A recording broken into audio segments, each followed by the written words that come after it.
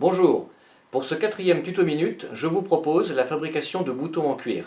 Je vais vous présenter deux méthodes différentes. Les boutons en cuir peuvent servir à fermer des armures, des sacs, attacher des chaussures.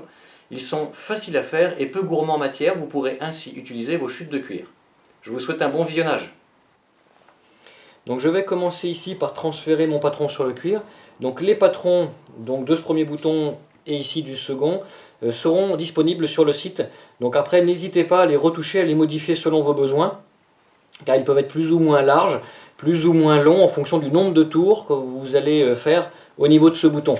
Donc je commence par le premier modèle. Donc je transfère mon patron sur le cuir.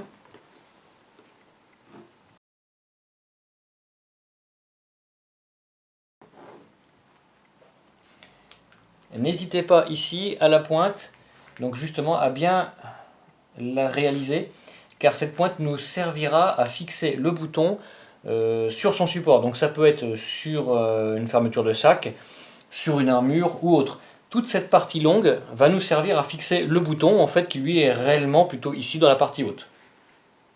Donc je vais maintenant découper mon bouton. Donc là ici j'ai choisi un cuir qui est relativement fin, je dois être proche d'1 millimètre.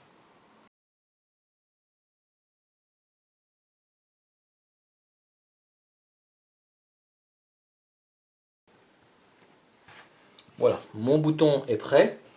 Je vais maintenant le rouler sur lui-même, car je vais avoir besoin de deux fentes, ce qui va me permettre de le bloquer lui-même. Voilà, je le roule. Et là où je suis dans la zone où ça se rétrécit, voilà, juste ici, je vais me faire 4 petits repères.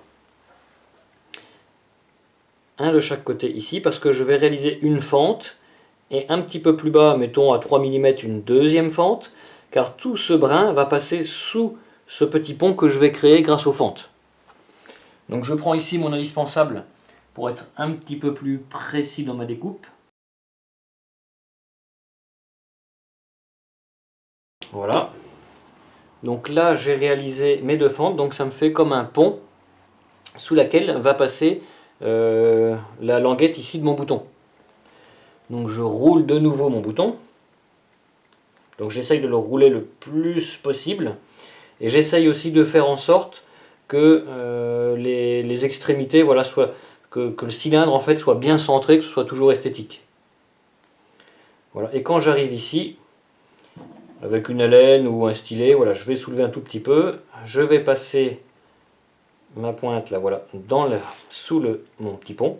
Et voilà. Maintenant mon bouton est auto-bloqué. Voilà, j'ai plus rien à faire. Il va se tenir tout seul. Toute cette languette va maintenant m'être utile pour fixer mon bouton sur un support. Voilà, dans cette pièce, j'ai réalisé deux trous. Un petit en 3,5 et un grand en à peu près 5 mm. Donc je vais prendre ma sangle. Je vais commencer par rentrer dans le petit trou. Voilà. Et je vais laisser le bouton, voilà, légèrement dépasser le grand trou. Car ici, ma sangle va rentrer dans le grand trou et il va y retourner.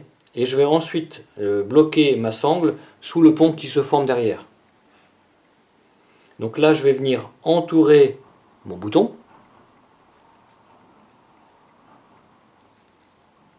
Et ensuite, je repasse dans le trou. Alors si votre trou est un petit peu juste, voilà, n'hésitez pas à la rigueur à mettre à l'extrémité de ma sangle ici une aiguille passe-lacet.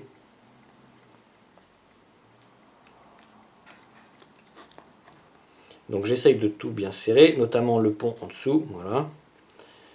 Je resserre ici, je positionne bien mon bouton. Voilà. Ici j'ai comme un pont là, voilà, qui vient sertir mon bouton. Il est bien coincé. Maintenant cette languette, ce que je peux faire, c'est voilà, la faire passer ici en dessous pour que ce soit plus joli.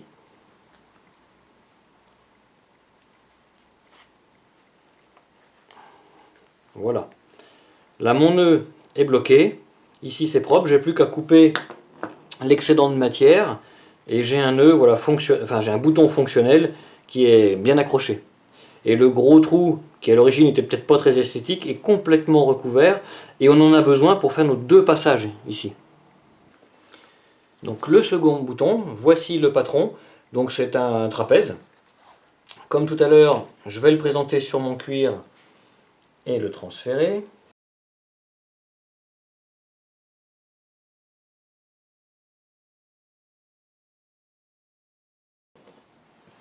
Voilà, donc comme pour le bouton précédent, je vais ici le rouler sur lui-même,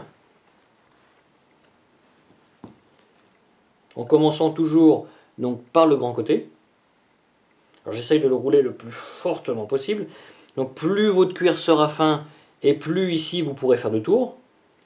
Donc là après ça dépend de l'esthétique que vous souhaitez avoir. Voilà, là il est bien roulé. Ce que je vais faire maintenant, c'est que je vais prendre mon haleine, une haleine losange, ou à la rigueur une haleine ronde, mais la laine losange perce quand même plus facilement.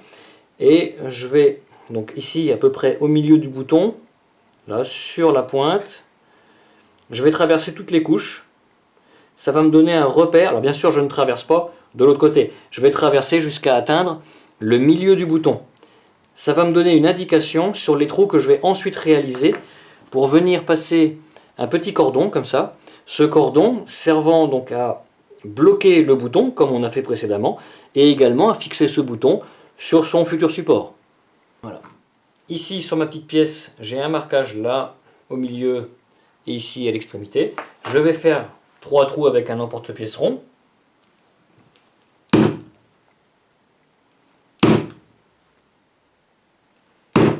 Voilà. Je vais maintenant faire rentrer mon petit lacet à l'extrémité duquel ici j'ai fait un nœud pour pouvoir le bloquer à l'intérieur du bouton. Donc je rentre ici par l'intérieur. Voilà. Et je vais maintenant refaire ce que j'ai fait tout à l'heure, c'est-à-dire à rouler mon bouton, à le former, à le créer. Voilà. Mais à un moment donné, voilà, je me mets en face du second trou. Donc mon cordon va y rentrer. Voilà. Et je continue à rouler mon bouton. Et idem, mon lacet va rentrer ici dans le 3e trou.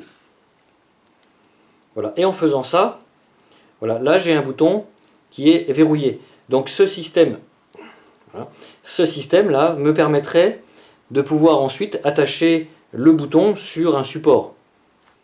Donc ici sur mon support, hein, donc ça pourrait être un rabat d'un sac ou de chaussures ou d'armure, enfin l'objet que vous voulez. Je vais faire un trou, pas trop près du bord, voilà. Et je vais venir y rentrer ici l'extrémité de mon cordon. Ceci afin de pouvoir bloquer mon bouton. Donc derrière je peux faire un nœud tout simplement comme j'ai fait en fait à l'intérieur du bouton.